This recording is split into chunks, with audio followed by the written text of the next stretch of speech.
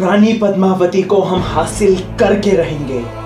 राजपुतानों के आन बान और शान के लिए मैं जौहर करूंगी। नमस्कार दोस्तों, मैं हूँ राहुल भोज और मैं हूँ ज्योति। आज हम लोग बन गए हैं, मैं बन गया हूँ अलाउद्दीन खिलजी और ये बन गई थी रानी पद्मावती जी। देखिए, हमारा बेसिकली मोटिव है कि बॉलीवुड स्पाई अवार्ड्स को प्रेजेंट करना, और ऐसे में आज की हमारी कैटेगरी क्या है ज्योति जी?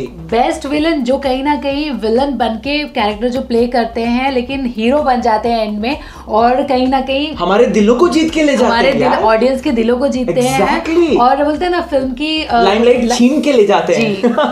तो ऐसे में स्वागत है सबसे पहले आपका बॉलीवुड स्पाई अवार्ड्स में, जहां पर नॉमिनेशन होंगे बेस्ट विलन के 2018 के बेस्ट विलन के नॉमिनेशन देंगे हम लोग, और अवार्ड्स कौन देगा?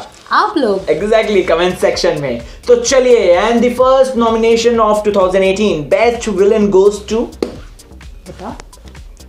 तो चलो मैं ही स्टार्ट करती हूँ। एग्जैक्टली। नॉमिनेशन लिस्ट में पहला नाम तो मुझे ऐसा लगता है ना कि रणवीर सिंह का। ऑफ कोर्स, इनके मुंह से सिर्फ रणवीर सिंह का ही नहीं, सच बोल रही हूँ मैं, क्योंकि पद्मावत में जिस तरीके से उन्होंने खिलजी को पूरी तरीके से पी लिया था और कैरेक्टर उन्होंने दिखाया था, कहीं ना कहीं कुछ टाइम तक सब उनको खिलजी ही समझने लगे थे और बहुत ज्यादा पसंद किया था।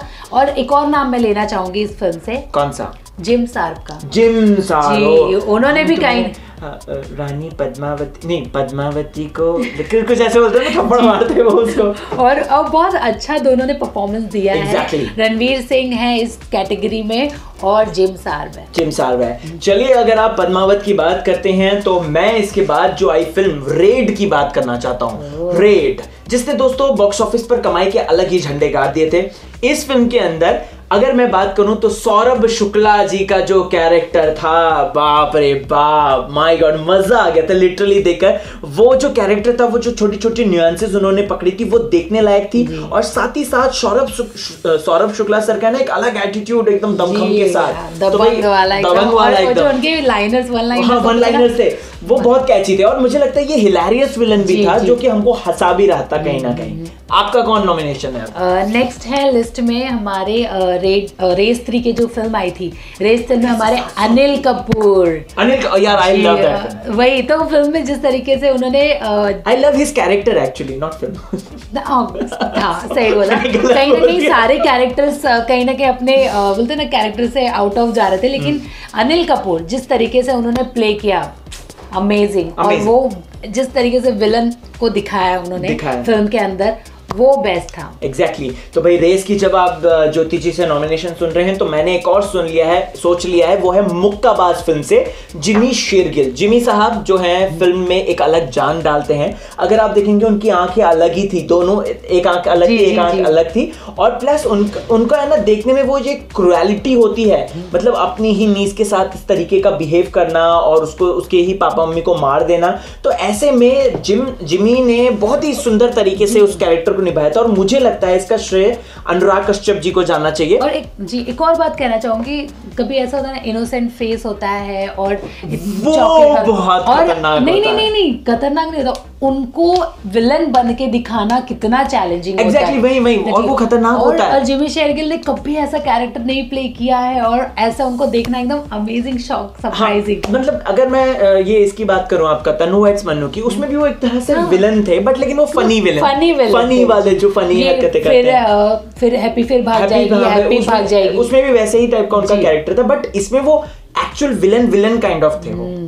आपका नॉमिनेशन आगे मेरे लिस्ट में है, अभी रिसेंटली फिल्म आई थी बाजार में सैफ अली खान ने जो कैरेक्टर, मतलब मैं अभी भी मुझे वो ना शकुन ही लगता है। शकुन मेहता जी, शकुन बोल दो। शकुन अभी भी मुझे ऐसा लगता है कि वो शकुन ही थे, वो सैफ थे ही नहीं। जिस तरीके से उन्होंने प्ले किया, धोखा देते हैं, पैसों के लिए चीजें करते हैं, सारी चीजें, वो देख के मतलब मैं एकदम हैरान हो गई थी कि सैफ अली खान को भी हम ऐसे कैरेक्टर में देख सकते हैं। और कहीं ना कहीं उनका कैरेक्टर, मैं ये नहीं बोल सकती कंप्लीटली विलन वाला था, थोड़ा बहुत ग्रे शेड कैरेक्टर्स कह सकते हैं। अच्छा, ग्रे शेड कैरेक्टर से मुझे आशुतोष राणा जी का नाम सामने आता है मेरी नजर में, धड़क फिल्म के लिए। धड़क फिल्म, बाप रे बाप, उसकी एंडिंग तो दिल दहला देने वाली थी। और आशुतोष राणा जी को जितना स्क्रीन स्पेस दिया था उन्होंने उसका बेहतरीन तरीके से इस्तेमाल किया। और वो लंबे लंबे बाल, बड़ी बड़ी मूछें, उन कोई बंदा देख के ही डर जाए कि यार ये तो, हाँ ये तो पक्का विलन है, वो जो एकदम टिपिकल विलन टाइप के विलन होते हैं। बाद में मुझे लग रहा था कि आशुतोष राणा जी का कैरेक्टर सुधर जाता है, लेकिन यहाँ पर तो वो अपने दामाद और अपने पोते को ही मार देते हैं। तो ऐसे में अगर देखा जाए तो आशुतोष राणा मेरी तरफ से नॉमिनेशन। नेक्स्ट मेरी लिस्ट में है, मैं नाम लेना चाहूंगी मनोज वाजपेयी का, और बागी 2 के लिए। समझ गया। बागी 2 में जिस तरीके से वो विलन बनते हैं, लेकिन साथ में एक और नाम लेना चाहूंगी प्रतीक बब्बर का। प्रतीक बब्बर, क्योंकि हमने प्रतीक बब्बर को ऐसे कैरेक्टर में नहीं देखा था जैसे वो, और सबने बहुत तारीफ की थी, बहुत ज्यादा तारीफ की थी उनकी। और मनोज वाजपेयी तो वो तारीफ के काबिल ही हैं, क्योंकि वो उनकी एक्टिंग चाहे पॉजिटिव ले लो नेगेटिव ले लो, लेकिन वो अपना 100%। एग्जैक्टली।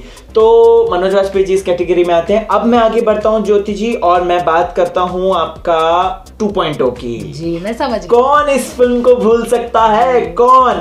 देखिए 2.0 वैसे तो एक साउथ इंडियन फिल्म है, लेकिन मैं इसके हिंदी वर्जन की बात करना चाहता हूं, क्योंकि खिलाड़ी कुमार थे इसमें और वो बने थे पक्षी राजन। हालांकि पक्षी राजन इसमें पॉजिटिव कैरेक्टर था, बट उनका जो उद्देश्य था कि सारी ह्यूमन जो जाति है, जो मनुष्य जाति, उसको खत्म करना, तो मुझे लगता है कि पक्षी राजन का कैरेक्टर कहीं ना कहीं ग्रे ही रहा है। और सारे ह्यूमन क्यों उन टावर और को आप हटाओ, तो मुझे लगता है ये रीजन हो सकता है। तो मैं यहाँ पर पक्षी राजन यानी कि अक्षय कुमार जी के कैरेक्टर को नॉमिनेट करता हूँ।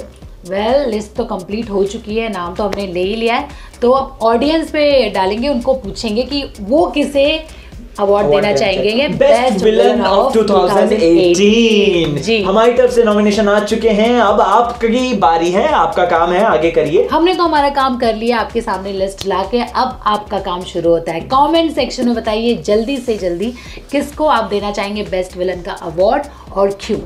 एग्जैक्टली और क्यों करें कमेंट? क्योंकि चैनल है बॉलीवुड स्पाई, जो कि है आपका, आपके लिए और हमारा चैनल। और बॉलीवुड स्पाई अवार्ड्स को इसी तरह हम जारी रखेंगे अलग अलग कैटेगरीज के साथ। करेक्ट, तो स्टे ट्यून।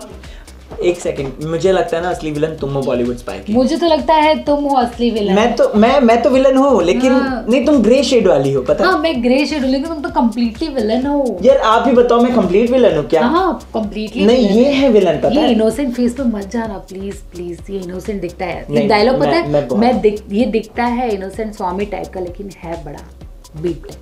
अरे बाप रे, बहुत बढ़िया बोल गए। दरअसल वो कमोलिका ये वैसी टाइप की है ना, ये देखो लंबे लंबे झुमके भी पहन कर आई है।